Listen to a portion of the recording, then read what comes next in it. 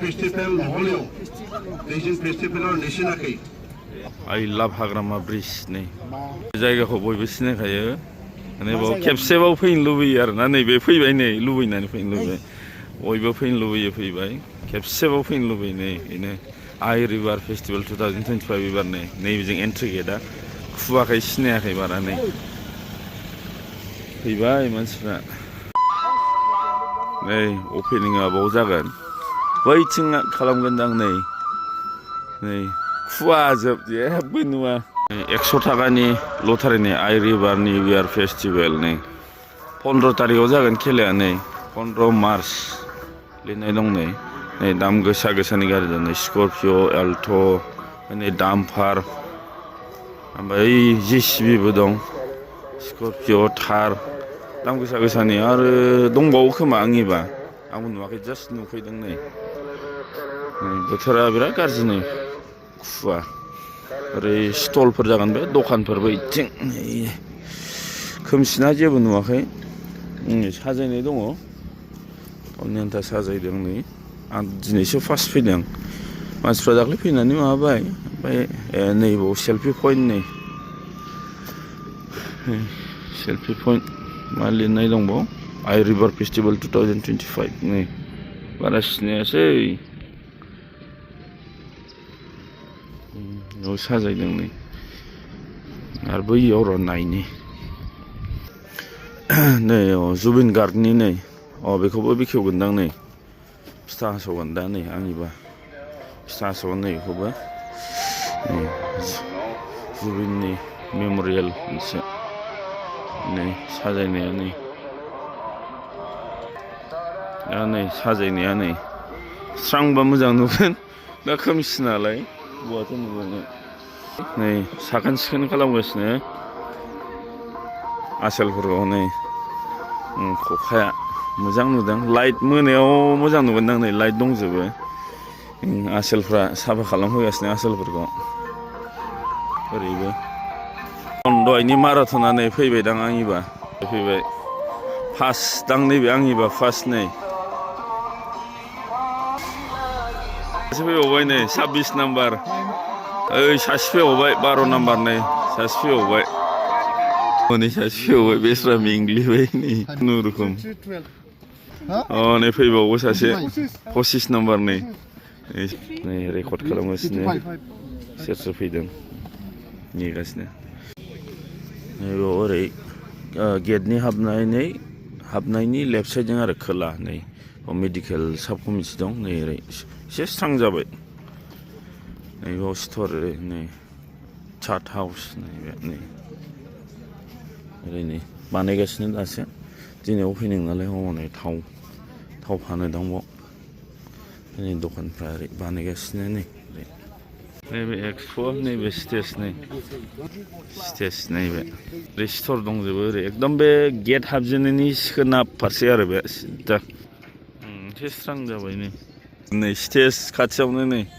Restaurant मोजां नै मोनसे ओमफ्राय ओरै नै बाजै हटेल दङ नैबे बाजै हटेल ओमफ्राय ओरै मा कालि चाट ओरै दखानफोर दंजोबो नै ओरै स्ट'र दंजोबो नै हावलिनि बाजै हटेल नै आइ रिभार जितु फेस्टिभेल প্ৰথম দিন আৰু এই প্ৰথম দিন যিটো মুকলি ইয়াত উপস্থিত হ'ব পৰা আমাৰ ব্ৰিটিছৰ মাননীয় ডিএম ধীৰজ বসুমতাৰী ডাঙৰীয়া ইয়াত উপস্থিত আমাৰ ব্ৰিটিছৰ আমাৰ এমএছএল মাননীয় স্পৰ্শী মুছাহাৰী ডাঙৰীয়া ইয়াত উপস্থিত আমাৰ মাননীয় চিৰাং জিলাৰ আমাৰ ডিচি ডাঙৰীয়া আৰু ইয়াত উপস্থিত আমাৰ কেন্দ্ৰ কমিটি আমাৰ মহিলা গোটৰ প্ৰেচিডেণ্ট আমাৰ সুপ্ৰিয়া বাইদেউ আৰু ইয়াত উপস্থিত আমাৰ সকলো আমাৰ দলৰ বিষয়ববীয়াসকল কমিটিৰ সকলো আমাৰ দলীয় কৰ্মকৰ্তাসকল আৰু ইয়াত উপস্থিত আমাৰ চৰকাৰ আয়োজকসকল আৰু ইয়াত উপস্থিত আমাৰ মিডিয়া বন্ধুসকল প্ৰথমতে আপোনালোকক সকলোকে মোৰ ফালৰ পৰা মই ধন্যবাদ যাচিছোঁ আজি সঁচাকৈ মানে আনন্দৰ দিন আমি বেলেগ দিনত আমি এই বেইজিং ফেষ্টিভেলটো কৰিছিলে, কিন্তু যোৱা 5 বছৰ সেইটো বেইজিং ফেষ্টিভেলটো কৰিব নোৱাৰিলে। তথাপিও আমাৰ ইয়াৰে লোকেল আমাৰ ল'ৰাবিলাকে মানে বেইজিং ফেষ্টিভেল নকৰিলেও আমাৰ আই ৰিভাৰ ফেষ্টিভেল হিচাপে কৰিব লাগে বুলি সিদ্ধান্ত লৈ পেলাই আজি কৰা হ'ল। খুব ভাল হৈছে। তো ইয়াত আমাৰ যিটো বেইজিং ফেষ্টিভেল নহ'লেও বেইজিং ফেষ্টিভেলৰ নিচিনাকেই আমাৰ ইয়াত আছে, কি কয়, ইয়াত যিখিনি এক্টিভিটিছ সেইটো আছে ক্ষমা কৰিব। ইয়াত আমাৰ উপস্থিত আছে আমাৰ প্ৰাক্তন MLA মাননীয় আমাৰ মতিন বসুমতাৰী। তো গোটেইখিনি এক্টিভিটিছ আমি দেখিবলৈ পাম আৰু মই বেছি দীঘলীয়া ক'ব বিচৰা নাই। আজি যিহেতু প্ৰথম দিন,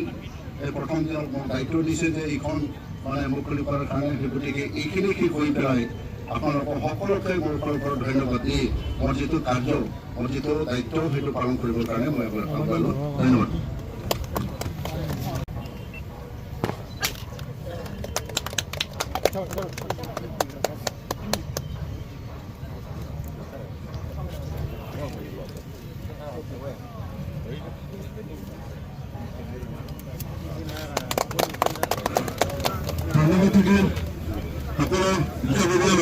এতিয়া আমি উন্মোচন কৰিম জুবিন গাৰ্গ ষ্টেচু। আন্দোলনৰ অনুৰোধ জনাইছোঁ।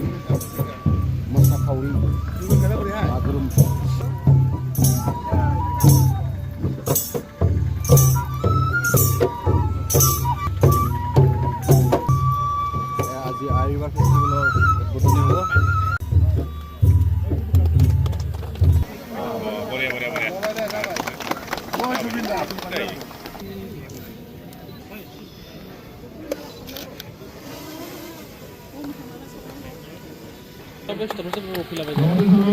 আজি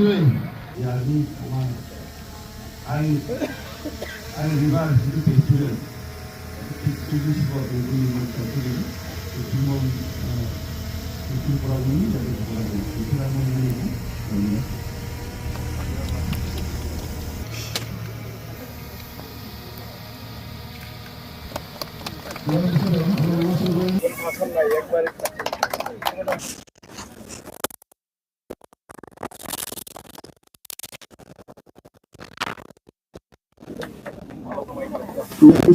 উন্মোচন কৰিম।